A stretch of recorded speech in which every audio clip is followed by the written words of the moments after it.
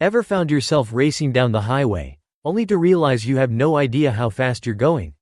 Me too. It's like playing Mario Kart without the speedometer, totally chaotic.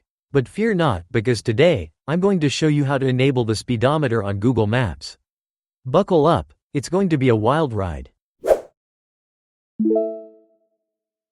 Alright, first things first. Open Google Maps. I swear, if it's not installed, you need to get out from under that rock you've been living under. Now, tap on the profile icon and head over to the settings. Then, you'll see Navigation Settings. Sounds fancy, doesn't it? Like a secret spy mission. Click on that. You know, like how we click on Accept Cookies without reading the fine print?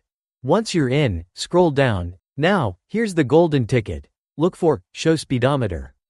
Enable that bad boy. Boom, you just leveled up in your GPS game. Now, for the moment of truth.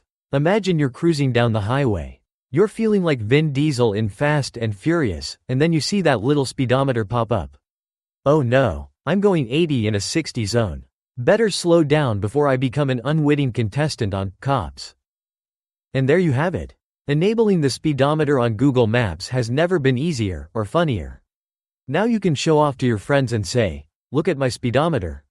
It's official, I'm a race car driver." In my imagination, I hope you enjoyed this hilarious ride through Google Maps. If this video made you smile even once, smash that like button, subscribe, and drop a comment.